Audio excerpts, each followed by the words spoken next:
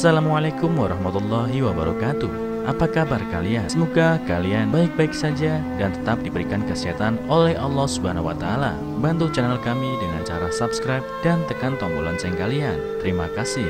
Semoga kisah ini bermanfaat. Kehidupan rumah tangga jelas berbeda dengan saat masih berpacaran. Ketika resmi jadi suami atau istri, saat itulah kita tahu siapa pasangan sejati kita. Karakter asli dari pasangan akan terlihat berbeda. Masa-masa yang terlihat indah saat berpacaran semuanya seperti hilang entah kemana.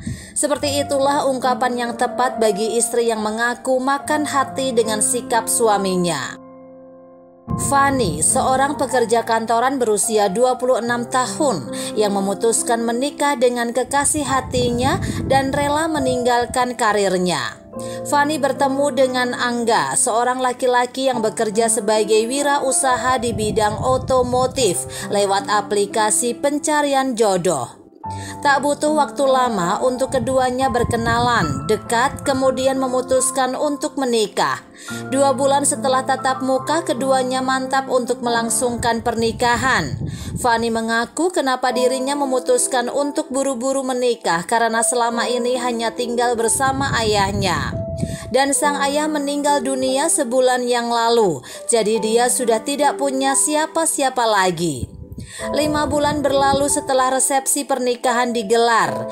Kini Fanny tengah hamil usia 3 bulan. Namun siapa sangka belakangan ini sikap suaminya malah berubah. Tak semanis saat berpacaran dulu. Dia memang memahami hobi suaminya yang suka bongkar pasang sepeda motor di rumah. Tapi dia tidak menyangka suaminya lebih memilih membeli spare part motor yang berharga juta-jutaan ketimbang meladeni ngidamnya. Bahkan saat dia ngidam jagung manis, Angga malah mengomel dan meminta dirinya untuk berhemat. Tak hanya perkara jagung manis, selama 2 bulan belakangan Angga tak pernah membelikan hadiah atau sekedar jajan lagi untuknya. Dan yang lebih parahnya lagi, semua ATM disimpan oleh Angga dengan alasan agar semua keuangan terpantau dengan baik. Suatu hari Fanny mendapatkan pemberitahuan dari pihak bank bahwa dana asuransi ayahnya akan segera cair dalam beberapa hari. Sebagai istri yang baik, dia mencoba mendiskusikan hal tersebut dengan suaminya. Hal itu jelas membuat Angga tersenyum sumringah. Dia pun memeluk istrinya dengan hangat dan menepuk-nepuk kepalanya dengan lembut. Malamnya saat hendak tidur, Fanny memeluk punggung suaminya dengan hangat. "Mas Angga, besok kan uang asuransi ayah cair. Aku mau beli baju ya. Baju-bajuku kebetulan sudah kesempitan. Kan semenjak aku hamil badanku jadi semakin gemuk," rengeknya lirih. Namun tak ada tanggapan dari Angga. Dia diam 1000 bahasa, hanya berpura-pura tidur sambil memunggungi istrinya. "Kamu sudah tidur ya mas? Ya sudah, besok saja aku ngomongnya. Selamat tidur." Fanny berbalik setelah mengecup mesra punggung suaminya. Keesokan paginya, tiba-tiba sikap Angga berubah 180 derajat. Lebih hangat, lebih manis, dan lebih lembut dari biasanya. Seperti Angga yang dia kenal semasa pacaran dulu. "Kamu masak apa, istriku yang manis?" Tentunya sembari mengusap rambut Fanny dengan lembut. Sambil sedikit terkejut, Fanny menjawab seenaknya, "Oh ini mas, aku masak sayur asem sama tempe goreng plus sambal terasi kesukaanmu." "Ih, memang paling pengertian istriku yang satu ini. Tapi sepertinya aku sedang ingin makan di luar. Kan kita sudah lama tidak makan di restoran." Suara lembutnya mulai merayu seakan-akan penuh arti. Tak lupa dia peluk istrinya dari belakang. Tanpa berpikir panjang, Fanny yang sangat senang dengan perubahan sikap suaminya hari ini lantas langsung mematikan kompor dan merapikan dapur. "Baiklah kalau begitu, mas, aku siap-siap dulu ya." Angga pun melepaskan pelukannya dan bergerak menuju ruang tengah sambil menggoda istrinya. "Dandan seadanya saja, jangan terlalu cantik, aku takut banyak yang lirik." Tak perlu waktu lama sampai tiba di tempat yang dituju, sebuah restoran bintang 5 dengan nuansa barat yang amat mewah. "Seriusan mas mau makan di tempat seperti ini?" tanya Fanny ragu-ragu. Angga menjawab dengan percaya diri. Iya, gak apa-apa kan? Sesekali aku mau membawamu makan di tempat mewah. Akhirnya mereka pun makan. Setelah beberapa saat bingung memilih menu apa yang hendak mereka pesan. Setelah selesai makan, Angga segera memanggil pelayan untuk meminta struk pembayaran. Tak lama pelayan pun datang dan memberikan struk tersebut. Angga pun terkejut ketika melihat total harga yang harus dibayar. Namun ekspresinya seketika berubah menjadi tenang. Sini aku pinjam ATM-mu dulu. Loh, aku kira kamu mau traktir aku, Mas. Fani tampak bingung dengan kejutan dari suaminya. Ya, ini aku mau bayar ke kasir, tapi aku pinjam ATM-mu dulu. Kan kamu bilang uang asuransinya ayah sudah cair. Dengan tampang tak tahu malu, Angga merogoh tas istrinya untuk mengambil dompetnya. Kok kamu gitu sih, Mas? Tanya Fani dengan tatapan heran. Sudahlah, kan uangmu itu uang kita juga. Lagian kamu tahu kan kalau bengkelku belakangan ini sedang sepi. Nanti kalau rame juga pasti akan aku ganti. Tanpa mempedulikan ekspresi Fani, Angga segera menuju kasir sambil membawa kartu ATM-nya. Sesampainya di rumah, Fani masih memasang ekspresi tak enak. Menyadari hal tersebut, Angga memulai obrolan. Kamu kenapa? Kok cemberut terus dari sehabis makan tadi? Kamu gak suka sama makanannya? Tanyanya dengan muka sok polos. Fani semakin jengkel dengan pertanyaan tersebut. Sini kembalikan kartu ATM-ku. Aku mau belanja. Aku mau beli pakaian hamil. Aku mau beli jajanan yang selama ini tak kamu belikan. Loh, nggak bisa. Kartu ini biar aku saja yang pegang. Kita harus berhemat. Kamu pikir biaya sehari-hari itu murah? Apalagi nanti kamu melahirkan. Kamu pikir biaya rumah sakit murah? Sebagai kepala keluarga sudah menjadi kewajibanku untuk mengatur keuangan keluarga agar tetap stabil. Angga langsung melengos memasuki kamar tidur. Fani yang semakin jengkel hanya bisa menangis di kamar mandi. Apa-apaan suaminya itu? Ternyata seharian ini bersikap baik karena ada maunya. Mengatur keuangan keluarga itu hanya kedoknya saja agar bisa menguasai rekening miliknya. Seminggu berlalu setelah perkara uang asuransian. Merasa dibodohi, Fani memberanikan diri membawa buku rekeningnya ke bank. Dia berniat untuk mengambil semua uang yang ada di dalam rekening itu. Pikirnya lebih baik uang tersebut dialihkan ke dalam bentuk deposito agar aman dari jangkauan suaminya. Namun apa mau dikata, sesampainya di bank, Fani dibuat malu karena ternyata saldo dalam rekening tersebut sudah habis. Uang berjumlah 3 digit habis dalam waktu 1 minggu, benar-benar tak habis pikir. Sepulangnya dari bank, Fani mencoba tenang saat menghadapi suaminya di bengkel. Mas, aku tadi habis dari bank untuk cek saldo. Kenapa saldoku sudah habis? Kamu pakai untuk apa? Angga yang tadinya sedang mengutak-atik motornya langsung berdiri berhadapan dengan istrinya. Oh itu, aku pakai untuk modal beli spare part, buat ngisi etalase bengkel, jawabnya dengan tenang.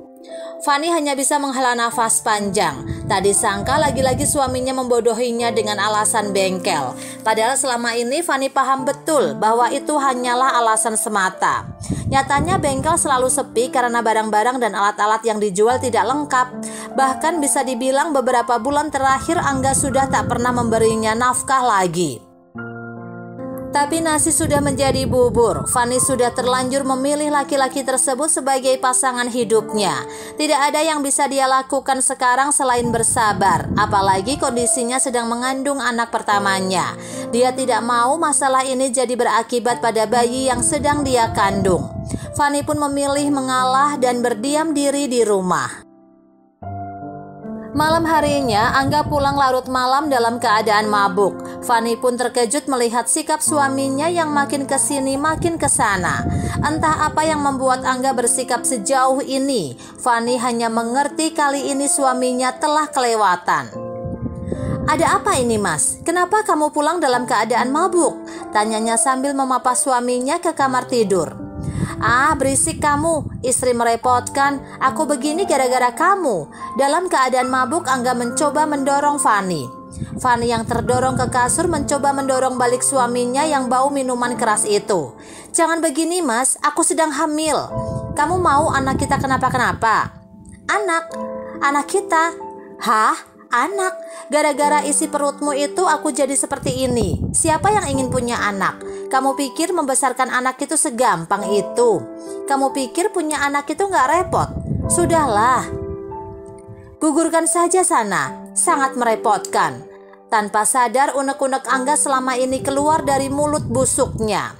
Mendengar hal tersebut jelas membuat Fani sakit hati. Bagai tercabik-cabik perasaannya saat ini. Tak disangka kata-kata paling menyakitkan keluar dari mulut laki-laki yang selama ini dia cintai dengan segenap jiwa dan raga. Pengorbanannya selama ini jadi sia-sia. Padahal Fani yang selama ini hidup hanya berdua dengan ayahnya tak pernah merasa kekurangan secara materi. Bahkan jika mau dia bisa hidup dengan berfoya-foya. Namun semua itu dia lepaskan demi menikah dengan laki-laki dambaan hatinya. Fani hanya bisa menangis, terisak-isak sendirian, tanpa ada yang tahu dan tanpa ada yang mengerti. Kamar mandi menjadi saksi penderitaan yang selama ini dia hadapi. Ingin rasanya pergi, tapi dia tak punya tempat untuk pergi. Ayahnya yang selama ini menjadi sandaran ternyata telah pergi. Kini dia harus menghadapi semua masalahnya seorang diri. Keesokan paginya, seperti biasa Fani memulai kegiatan dengan memasak sarapan untuk mereka berdua. Kali ini dia memasak sayur bayam dan tempe goreng. Tak lama Angga bangun dan menyusul ke dapur. "Masak apa hari ini, sayang?" Sebenarnya Fani sedikit jijik dengan pertanyaan yang dilontarkan suaminya. Tapi bagaimanapun dia mencoba menjawab dengan sewajarnya. "Aku masak sayur bayam sama tempe goreng." Mendengar menu yang disajikan tak sesuai keinginannya, Angga pun protes. "Cuma itu, gak ada daging, atau ayam, atau minimal ikan?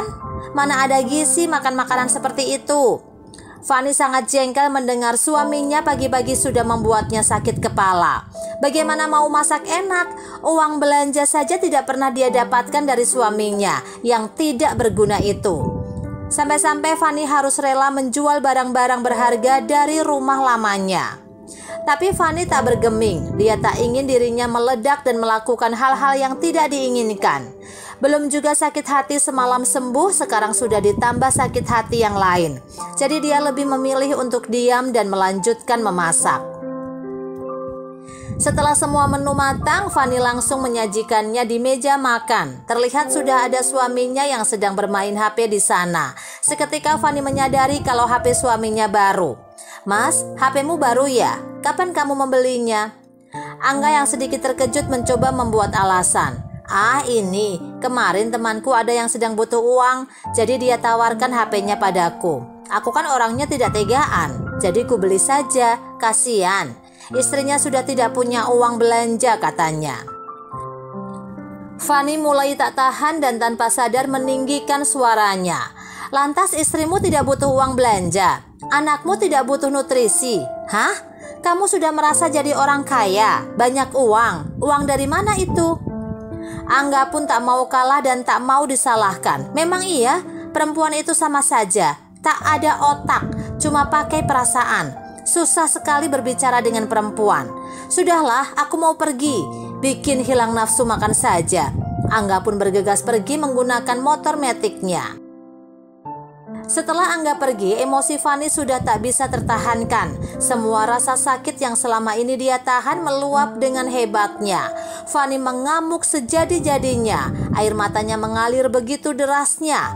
Rasanya seperti seluruh badannya ditusuki ribuan jarum berulang-ulang kali. Sebenarnya bisa saja dia membagikan kisah pilunya ini pada sahabat-sahabatnya. Namun dia tak mau masalah rumah tangganya diketahui oleh siapapun. Dia ingin menghadapi segala masalah rumah tangganya berdua bersama pasangannya. Namun apalah daya, nyatanya pasangan hidupnya adalah sumber dari semua masalah yang terjadi selama ini. Jadi Fani hanya bisa menahannya seorang diri.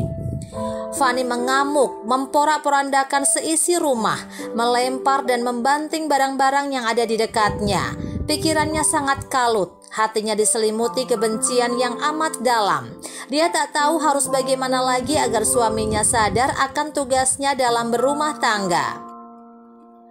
Di tengah-tengah amukannya tiba-tiba Fani merasakan sakit perut yang tidak biasa. Seketika dia bergegas ke kamar mandi. Setibanya di kamar mandi tanpa disadari darah segar mengalir dari dalam roknya. Fani keguguran. Dia hanya bisa menangis, merintih, menahan sakit luar dalam yang sudah tak bisa dijelaskan dengan kata-kata. Hingga akhirnya dia lemas dan tak sadarkan diri. Beberapa waktu kemudian Fani tersadar dan sudah mendapati dirinya berada di bangsal rumah sakit. Sambil memperhatikan sekitar, dia mencoba bangun untuk duduk. Namun dia terhenti oleh tangan seorang perempuan yang menahannya. "Jangan banyak gerak dulu, kamu butuh istirahat," ucap Sera dengan lembut. Sera yang merupakan salah satu sahabat Fani menceritakan bahwa awalnya dia hendak berkunjung ke rumah Fani untuk memberikan undangan pernikahannya secara langsung. Namun berkali-kali mengetuk pintu dan menelpon tetap tidak ada jawaban, sedangkan pintu rumah dalam keadaan terbuka. Karena khawatir, akhirnya Sera memutuskan untuk masuk. Dan ketika sampai di dalam, dia melihat bercak darah berceceran menuju ke kamar mandi. Dan benar saja, Sera menemukan Fani yang sudah lemas tak sadarkan diri, yang kemudian langsung dibawanya ke rumah sakit terdekat. Setelah mendengarkan cerita lengkap dari Fani, Sera tak bisa menahan air matanya. Siapa sangka Fani yang dulunya terlihat memiliki segalanya sekarang justru hidup menderita seperti ini. Hal yang sangat bertolak belakang dengan apa yang selama ini telah dia jalani. Sungguh ironis. 2 hari berlalu semenjak Fani di rumah sakit. Tidak ada tanda-tanda kemunculan Angga sama sekali. Padahal Sera sudah mengabari bajingan itu. Bahkan semua biaya rumah sakit ditanggung oleh Sera. Beruntungnya Sera adalah orang yang berkecukupan. Dan Sera juga yang menemani Fani hingga pulih diperbolehkan pulang. Sesampainya di rumah, mereka mengetahui bahwa Angga tak pulang dalam beberapa hari ini. Keadaan rumah masih sama seperti terakhir kali ditinggalkan. Namun Fani sudah bisa menebak kemana perginya laki-laki tak bertanggung jawab itu. Selesai membereskan rumah, Fani mengajak Sera ke pengadilan untuk mengurus gugatan cerai. Sera pun dengan semangat menyetujui ide tersebut dan berjanji akan menemaninya hingga proses tersebut beres. Setelah semua berkas lengkap, mereka menemui Angga di rumah salah satu adik sepupunya, Roni namanya, satu-satunya orang yang bersedia menampung laki-laki brengsek itu di saat dia kabur dari rumah. Sera menggedor pintu rumah tersebut dengan agak kencang, dan benar saja begitu pintu terbuka, keluarlah sosok laki-laki yang mengenakan kaos partai dan celana training yang wajahnya tidak asing lagi. Angga. Laki-laki itu terkejut melihat kedatangan Fani dan Sera. Fani segera maju mengambil alih sembari menyodorkan map berisikan surat gugatan cerai. "Mas, tolong tanda tangani surat ini. Aku sudah tak ada alasan lagi hidup bersamamu." Angga menerima map tersebut dengan ragu dan mulai membacanya. "Apa ini? Kamu mau menceraikan aku? Bagaimana dengan anak kita?" "Anak kita? Sudah tak ada kata kita di antara aku dan kamu. Cepat tanda tangani saja dan jangan banyak bertanya." Fani menjawab dengan sekuat tenaga menahan air mata. Atas desakan Sera, akhirnya Angga pun bersedia menandatangani surat tersebut. "Jangan cari aku dan jangan pernah sekalipun berniat datang di persidangan." Itulah kata-kata terakhir yang terlontar dari bibir Fani seraya pergi meninggalkan rumah kumuh tersebut.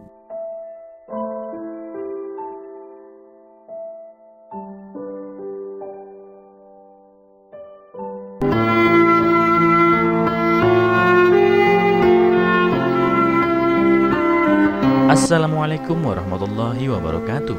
Apa kabar kalian? Semoga kalian baik-baik saja dan tetap diberikan kesehatan oleh Allah Subhanahu wa Ta'ala. Bantu channel kami dengan cara subscribe dan tekan tombol lonceng kalian. Terima kasih. Semoga kisah ini bermanfaat.